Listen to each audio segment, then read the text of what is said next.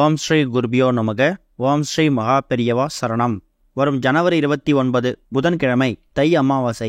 நீங்கள் குளிக்கக்கூடிய தண்ணீரில் இப்போ நம்ம சொல்லக்கூடிய பொருட்களில் ஏதாவது ஒரு பொருள் முடிஞ்சால் எல்லா பொருளையும் கலந்து குளிக்கிறது மூலயமா இந்த அமாவாசைக்கு பிறகு வரக்கூடிய எல்லா நாட்களும் உங்களுக்கு பொன்னான நாட்களாக மாறப்போகுது. அது என்னென்ன பொருட்கள், அதை எப்படி பயன்படுத்தணும்னு பார்க்கறதுக்கு முன்னாடி நம்மளோட வீடியோஸை இப்போ தான் நீங்கள் ஃபஸ்ட் டைம் பார்க்குறீங்கன்னா மறக்காமல் சப்ஸ்கிரைப் பண்ணிக்கோங்க.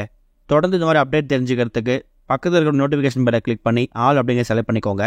இப்போ என்னென்ன பொருட்களை தண்ணியில் கலந்து குளிக்கணும் அப்படிங்கிற பற்றி தெளிவாக தெரிஞ்சுக்கலாம். இந்த வருடம் தை அமாவாசை அப்படிங்கிறது புதன்கிழமை வந்திருக்கு. பொன் கிடைச்சாலும் புதன் கிடைக்காதுன்னு சொல்லுவாங்க.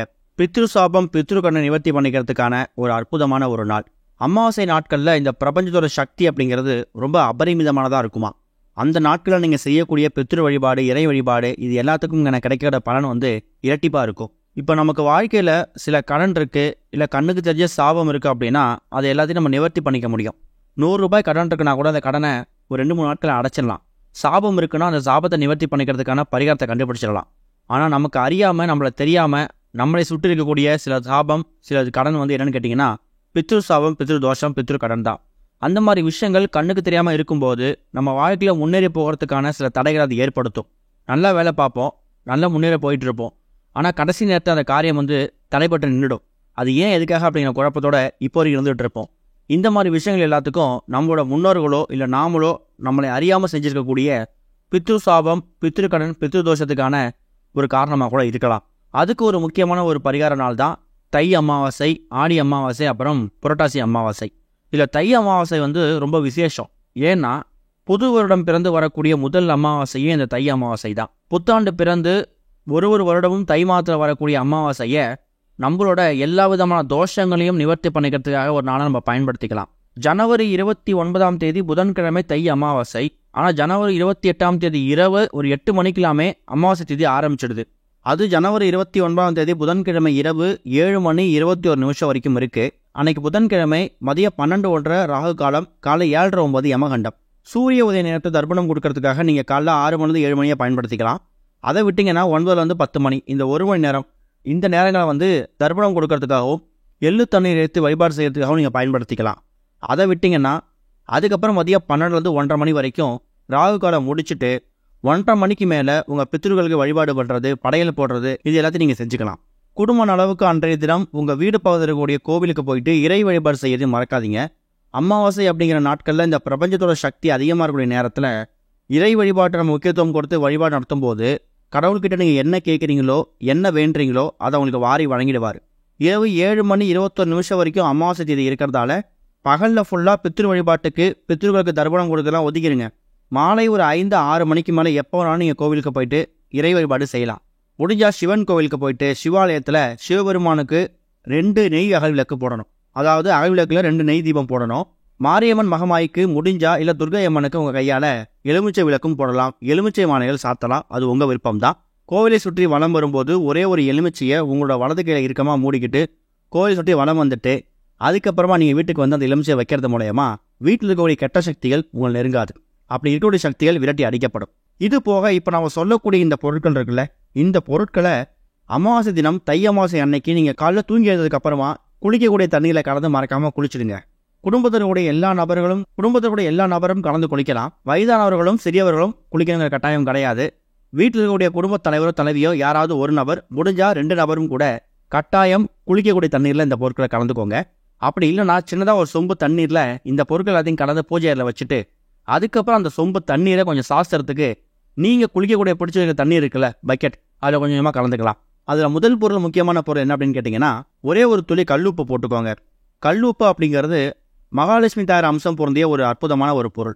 கெடுதல்களை, கிருமிகளை வேரோடு அழிக்கக்கூடிய ஒரு அற்புதமான பொருளாக இருக்கக்கூடிய இந்த கல்லுப்பு இருக்குல்ல, இது நம்மளோட கடன் பிரச்சனையை கரைய செய்யக்கூடிய ஒரு பொருள். அடுத்ததா ஒரே ஒரு மிளகு போட்டுக்கோங்க. மிளகு அப்படிங்கிறது நம்மளை நாமளே தூய்மைப்படுத்தக்கூடிய ஒரு அற்புதமான ஒரு பொருள்.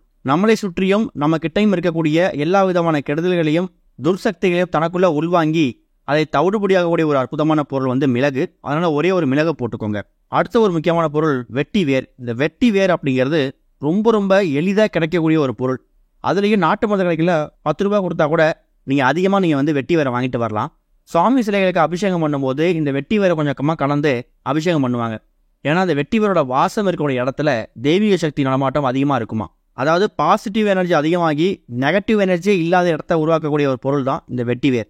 அப்பேற்பட்ட வெட்டிவேரை ஒரே ஒரு துளி கலந்துக்கோங்க. இது வரைக்கும் சொல்லிவிட்ட பொருட்கள் வந்து மொத்தமாக 3 முக்கியமான பொருட்கள். ஒன்று வந்து வெட்டிவேர், ஒன்று கல்லுப்பு, அடுத்து ஒரே ஒரு மிளகு. இந்த 3 பொருட்களில் ஏதாவது ஒரு பொருள் முடிஞ்சால் 3 பொருளையும் நீங்கள் கட்டாயம் கலந்துக்கலாம்.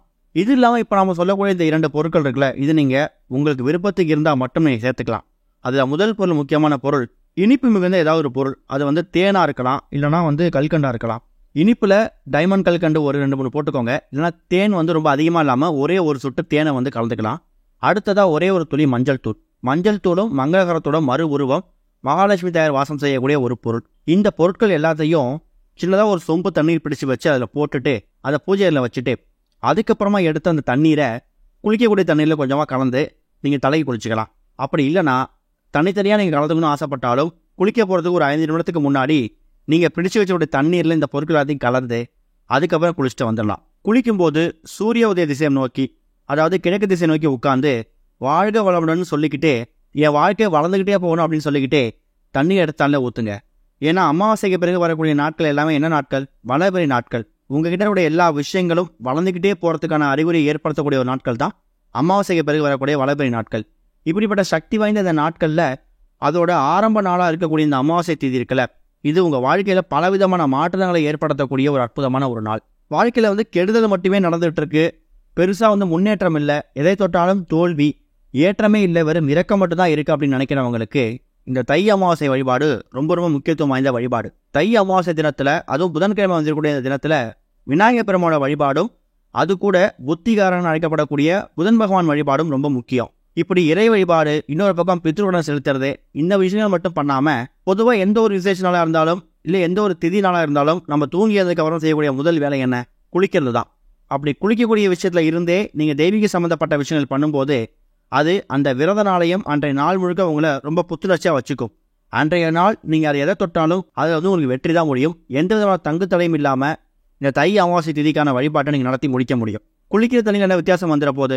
அதே குளிக்கிற தண்ணீர் தான். எக்ஸ்ட்ரா 2 பொருளை விட்டு போட போகிறோம், என்ன மாற்றம் வந்துட போதும் நீங்கள் கேள்வி கேட்கலாம். சொல்லப்போனால் இந்த பொருட்களை கலந்து குளிக்கிறதால உங்களுக்கு எந்த நஷ்டமும் வரப்போறதில்லை. ஆனால் இது மூலயமா உங்கள் கிட்ட கூட எல்லா கெடுதல்களும் நீங்கி நல்லது மட்டுமே நடக்குது. ஏதோ ஓங்கி விடக்கூடிய அடி ஓங்கி விடாமல் தாங்கி விழுது. கிரகதோஷ பாதிப்புகள் ஏற்படைய தாக்கம் வந்து குறையுது. வீண் வரையும் வீண் செலவு ஓரளவு குறைக்கப்படுது அப்படின்னு சொன்னாலும் கூட இது மூலயமா ஒரு 10 ரூபாய் லாபம் வந்தால் கூட அந்த 10 ரூபாய் லாபமும் உங்களை மட்டும்தான் சேரும். அந்த ஒரு நம்பிக்கையோட, இறை நம்பிக்கையோட தெல்ல தெளிவோடு நீங்கள் செய்யக்கூடிய இந்த ஒரு இறை வழிபாட்டு இருக்குல்ல, இந்த குளிக்கக்கூடிய தண்ணீரில் சேர்க்கக்கூடிய விஷயங்கள் எல்லாமே உங்கள் வாழ்க்கையில இந்த தை அமாவாசைக்கு பிறகு பல மாற்றங்களை ஏற்படுத்த போது அப்படின்னு நம்பிக்கையோடு செஞ்சு பாருங்க. கட்டாயம் நல்ல முன்னேற்றம் ஏற்படும். அமாவாசைக்கு பிறகு வரக்கூடிய வளர்பிறை நாட்களில் எல்லாமே தொட்டதெல்லாம் வெற்றியாக மாறும். ஓம் ஸ்ரீ குருபியோ நமக. ஓம் ஸ்ரீ மகா பெரியவா சரணம்.